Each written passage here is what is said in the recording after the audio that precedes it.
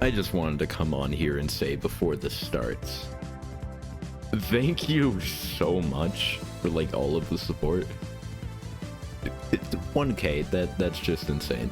I'm never gonna get used to that number being just on there, and didn't expect the Freddy Fazbear video to be the one that tipped me over the edge, but you know what? I had fun making it, and I'm really just happy for all the supports, all the comments. Reading them just makes my day, and I can't really articulate how happy I am about this, but thank you. This has been 7 years in the making of a channel. Well, my channel wasn't 7 years old, but my other one was, but yeah. So I'm very much going to continue. I've never been more motivated to make videos. I've got lots of ones lined up, and let's see if at least half of them end up coming out. Thank you. Enjoy this. Okay, so game theory just thinks it's a game. Damn, don't. Was that Golden Freddy? All it takes is one look at my Google.com homepage to know that I am obsessed with this little freak. The Cassidy video was one of many drafts on different things that all just ended up going back to Golden Freddy. If it wasn't for Into the Pit's release date being close at the time of writing that video, it would have probably been a huge Golden Freddy-centric video instead.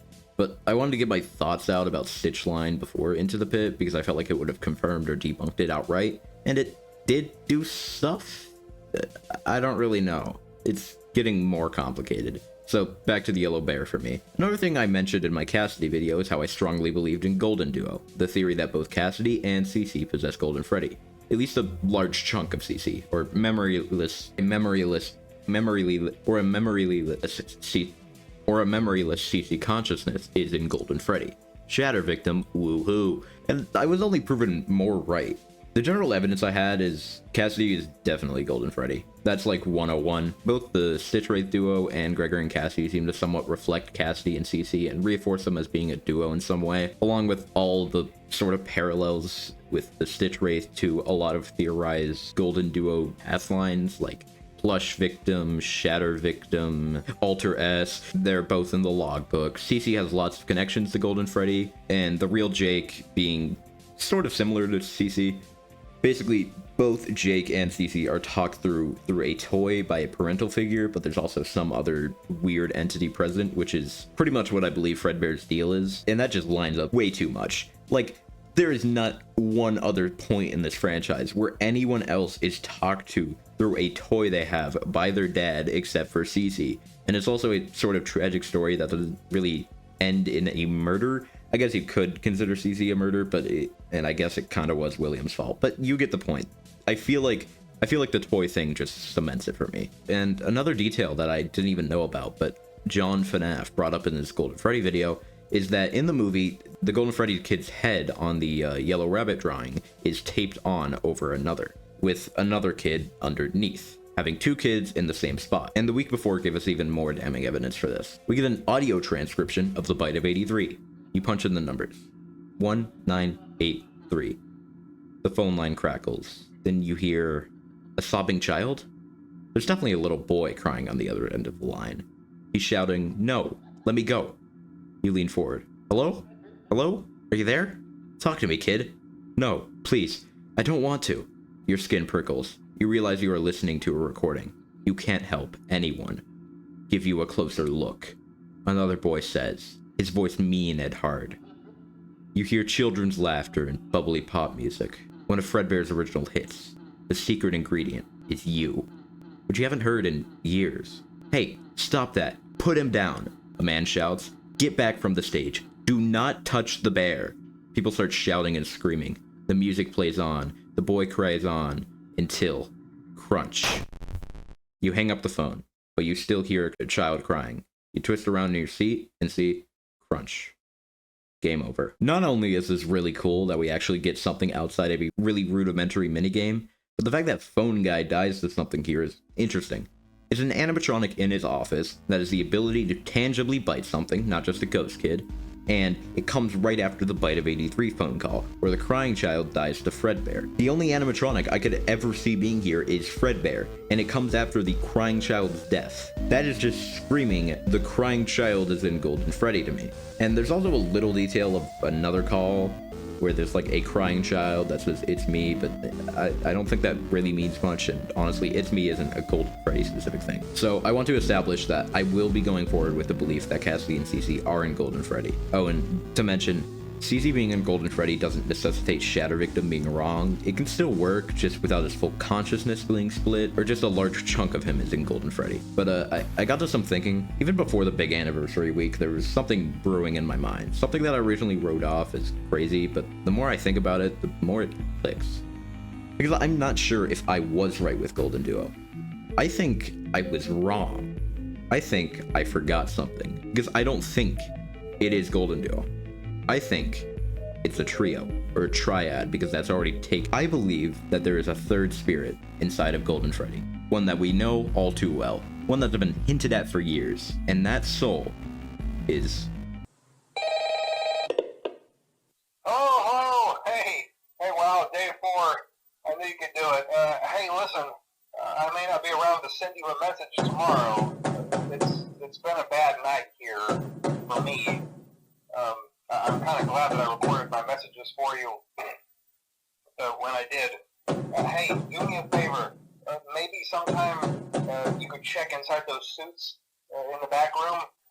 I'm going to try to hold out until someone checks. Maybe it won't be so bad. I always wondered what was in all those empty heads back there. You know. Oh no.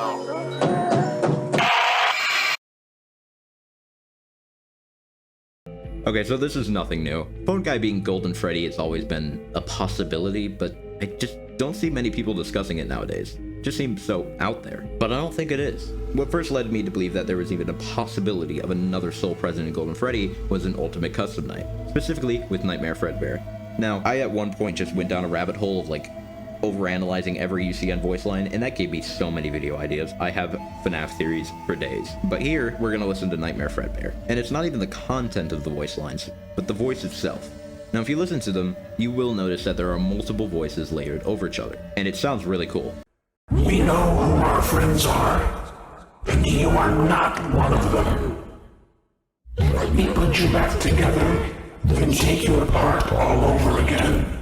Shout out to Percy Labs for dissecting this, because they found that the VA for Nightmare Fredbear confirmed that there are 4 voices. And in the video, they said that they hear a squeaky child, a whispery voice, an old man voice, and a generic monster voice. So I did what any self-respecting FNAF fan would do, and sat in DaVinci listening to Nightmare Fredbear for 30 minutes. And I kinda hear it. I can't really tell where the old man voice ends, but the squeaky voice I can easily tell. And the others I do buy being there, even if I can't really tell where one ends and the other begins. And think about that. Generic monster voice, Nightmare Fredbear. Squeaky child voice and little whispery child voice, Cece and Cassidy. And an adult man. Now this could mean a lot of things, and I'm not saying it has to mean this, but it very well could mean that there is another person present in Nightmare Fredbear, or, you know, Golden Freddy. My mind immediately went to Phone Guy. Or could be Henry. That is, yeah, I didn't think about that. Well, I did, because that's with the video.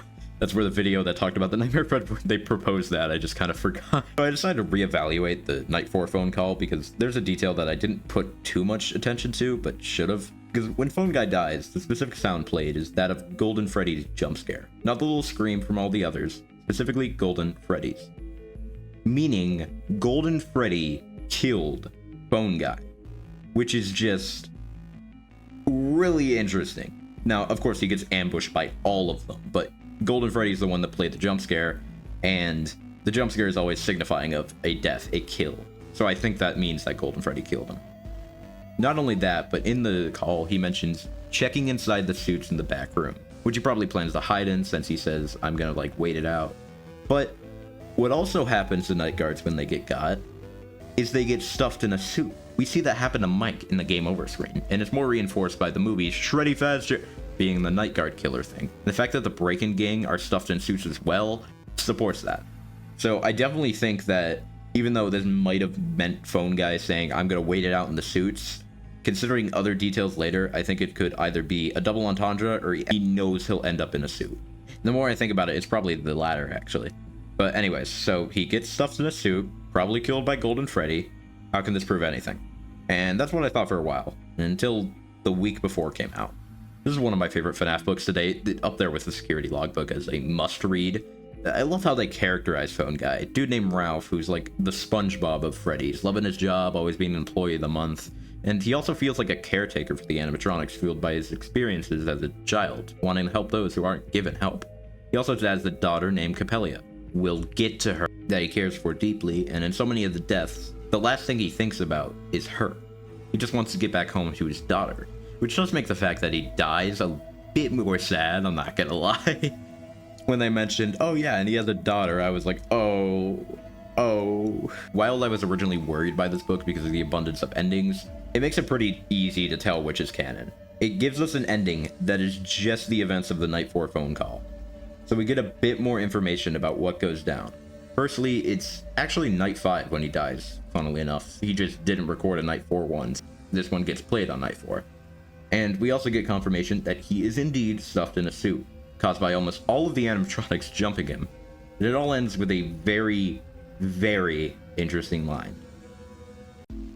All you can do is wait. Just think about that. He is stuffed in a suit, left with one thing, to wait. Not to die, to wait. And before we get into that, there's another ending that I feel like is important. In one of the endings, Phone Guy is stuffed, but not just into any suit, a yellow bear suit. I have no clue where I got this from. This is just not true.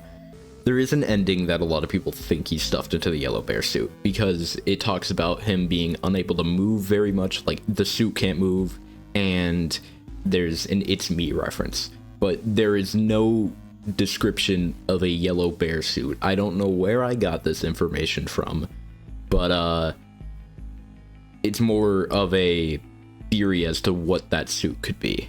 And so yeah, if I reference this piece of evidence, disregard it or take it with a grain of salt.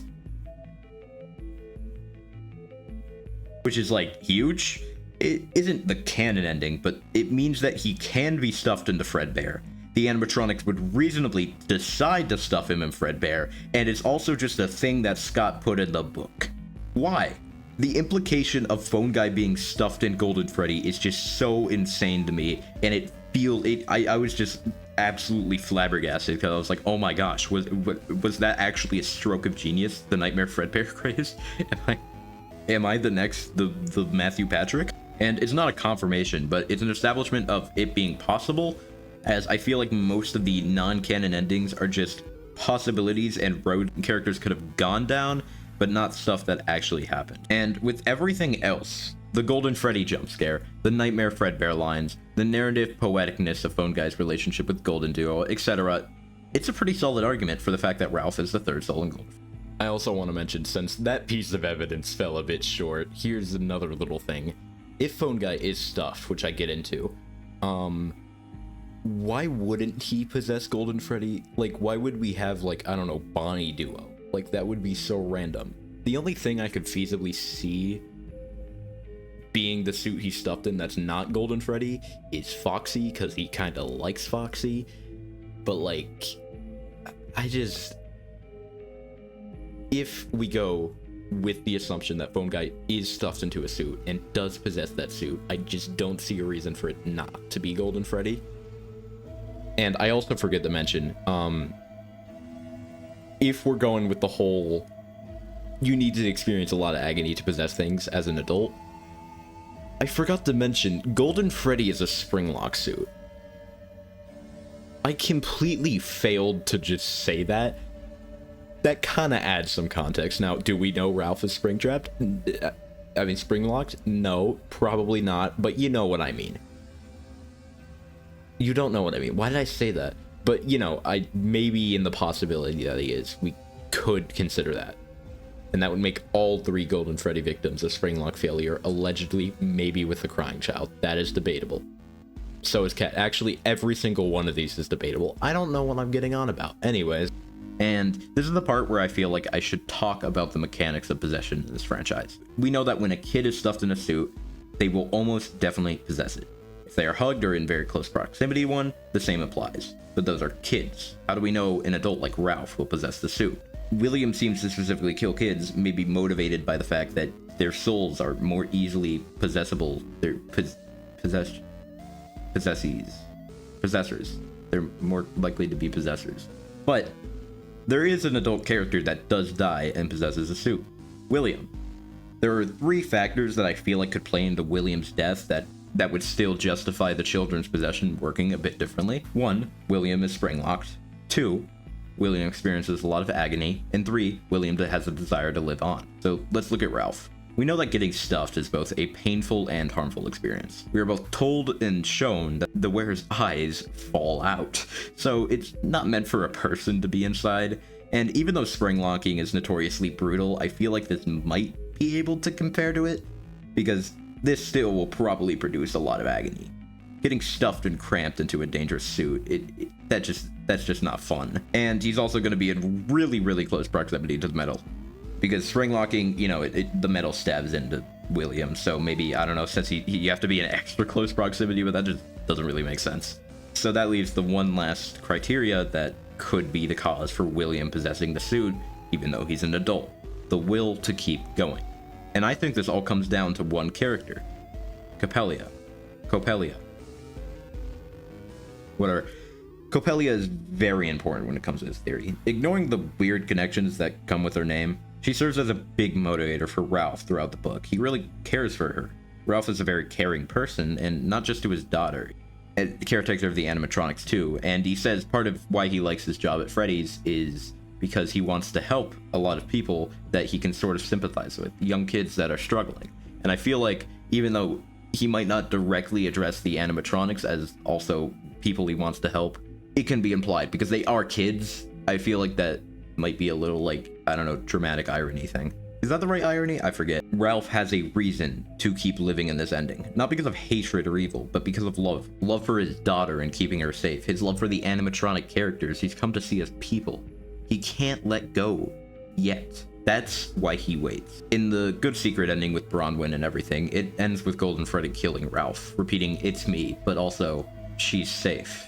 He's able to keep Coppelia safe from the animatronics. Thus, it's the joy of creative. I had to put it. Just give me a break. Game without limits. Why did this pull up on my computer? Anyway, but in the canon ending, that's not the case. He doesn't save anyone. He just dies. He leaves Coppelia alone and the animatronics the ability to escape Freddy's. And that's why I think he hangs around. He's in for the ride and he's not giving up. But of course, he can't really help his daughter in a golden bear suit. It's not really a like huge, like, I'm gonna keep going like Michael. It's more, oh, well, maybe I'll get the chance. I don't know. And I think Ralph's relationship with Coppelia could be carried on to his relationship with Cassidy and Cece. Cece is a bully kid who just had a tragic life, which is something Ralph can empathize with. And he could serve as a kind of ghost father figure to Cassidy, since he can't really reach his actual daughter. And one more thing. Remember the Bite of 83 phone call? The song specifically named is called "The Secret Ingredient Is You." So just consider the following. Golden Freddy might just be an amalgamation of Afton's sins. The son he neglected, who died, one of his kills, and one of his most brutal, and a security guard, among the ones that get sent to die at Freddy's. It's shown from the movie that he does not care about the security guards, and maybe even wants them to die.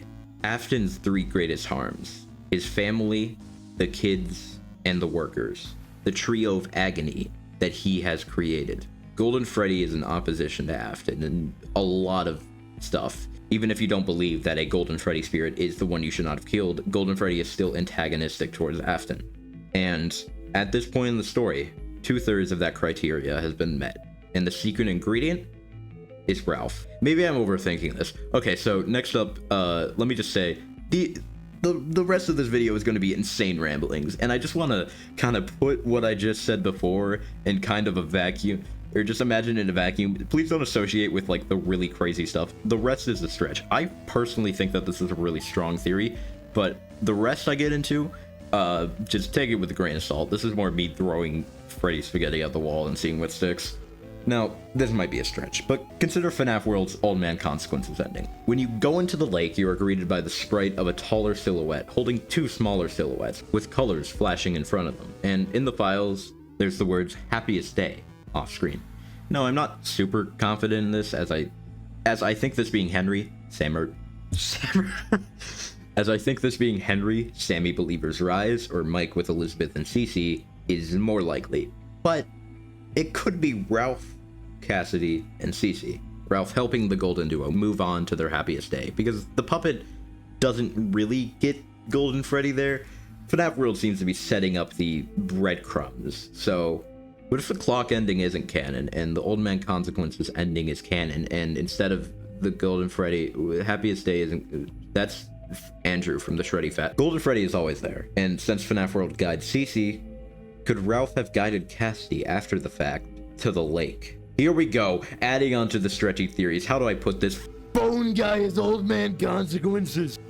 I can't fiddle-sticking do this anymore. I knew it all along. I am a genius. Beyond your comprehension. Okay, so why do I believe this a bit more than him being the, whatever that thing is? This is still a huge maybe. I'm just throwing this out there. I'm also not the first person to say this, but it's just something I rarely ever see. With Ultimate Custom Night being the thing that started this idea, it also got me thinking about other Ultimate Custom Night characters. Getting an adult man character connected to Golden Freddy is one thing, but considering Phone Guy's caring nature, especially if the bear is Cassidy, this could work. While I personally believe that OMC is just some sort of deity or St. Peter-like figure, if not literally just St. Peter, if he is a human or was human, I think that Ralph is one of the most likely options. Mike being OMC works, I guess, but he's not really much of an old man. He's stuck as a college-age kid forever. Because, you know, Scooper. And I think he's still alive. And Henry honestly works decently well, but he, one, wouldn't really have much connection to CC Cassidy or Andrew, and what would this even be? Michael has it being a Foxy Max, but Henry doesn't have any connections to Foxy or an alligator or anything. I guess there's a possibility it's Fredbear. I've seen that compared, but the rest of the body just doesn't match with this being the Fredbear animatronic type thing. Maybe a mask, but it's a bit too long. However, Phone Guy is both connected to whoever this would be, except if Andrew's the bear, which, by the way, Andrew being the one you should not have killed doesn't mean he's the bear. There's a lot of weird stuff that goes on with the entities in this game. And his favorite character is Foxy, so just like Michael, could be wearing a Foxy head or something. Plus, under Golden Triad, it's such a narratively satisfying conclusion to Cassidy or Cece's story, and a logical step. Only one Golden Freddy kid moves on in Happiest Day, so having the other soul, the more caring soul, help the other one move on after everything's said and done, I think works well. That's assuming the bear isn't Andrew, of course. But who knows? I don't know. So while it requires Golden Triad to be feasible, if these conditions are met, I think it is more plausible than Mike or Henry, but as of writing this, I realized that it's just a really messy thing, and I'm not sure how confident I am in this specifically. But all in all, even without the Old Man Consequences rambling, I think it's likely that Ralph lives on in Golden Freddy. But that brings up the question of what happens to him. Well, I simply don't know. Like most of the Golden Freddy spirits, with his absence in FNAF 6, I just can't be sure. Could be connected to Happiest Day or UCN or whatever, but it's just as unclear as CC's fate, so it doesn't really give any hits to this theory. And so let's just form a quick timeline for what I think is the most likely chain of events. The Bite of 83 happens, and CC, or at least part of him, somehow ends up in Fredbear, and fast forward a bit, Cassidy is killed by William in the MCI, likely by spring locking, which I talked about in the One You Should Not Have Killed video, and she also possesses Fredbear. And then fast forward even more, we have Ralph's last shift at Freddy's. The animatronics realize they don't want him to leave, so they ambush him and drag him into the suit room, stuffing him in the Golden Freddy suit. And with Ralph wanting to keep helping those in need, and just how unfair he feels this death is, he lives on. He finds himself in a sort of found family, but still trapped. Just one more among the it's me's. It's me, the man on the phone. It's me. Though through everything, he somehow perseveres. To help the kids he's come to know. A victim of bullying and tragedy, and a murder victim who got the shortest end of the stick possible. He doesn't get the happiest story. He rots in the back room for years, but he's always been good at lighting the mood, cracking a joke when it seems like no joy can be felt. Eventually, one of them moves on, but and then stuff happened, and then he might be in Princess Quest. I don't really. This tape will self-destruct in 3 seconds.